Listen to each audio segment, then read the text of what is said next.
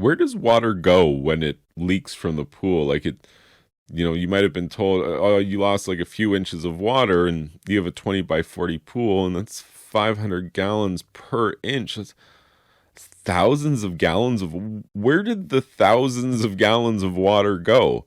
And the very simple answer to that would be through the path of least resistance. Wherever the path of least resistance leads us water, it's going to travel, it's going to erode ground, it's going to track around objects, it's going to do stuff to move. And as it does, there's going to be ramifications, there's going to be erosion, there's going to be, undermining of substructures like the deck around your swimming pool. And these are the things that happen when you allow water to pass, unrestricted or uncontrolled over a long period of time.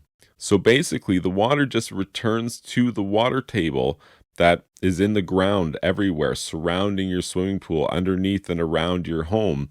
And the groundwater can absorb, the ground can absorb a crazy amount of groundwater. Like think of when it rains, when torrential rain happens. You might even get some surface level flooding, and then most of the time, give it 5 minutes and it's all gone, right?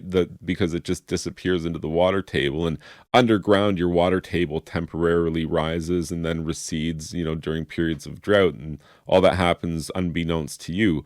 But a swimming pool can add to this. You can have a ready leak from a swimming pool contributing thousands of gallons of water, which is really only appreciable in the sense that you're paying per the gallon for that water that you're heating and chemically treating and then letting just escape into the water table here. But in terms of how much the water table is absorbing, it's a drop in the bucket compared to what it experiences during massive raining and flooding. So that's how the water escapes, where the water goes. And if you found this information helpful, please be sure to like this video and subscribe to my YouTube channel. And you can check out my website, swimmingpoolsteve.com.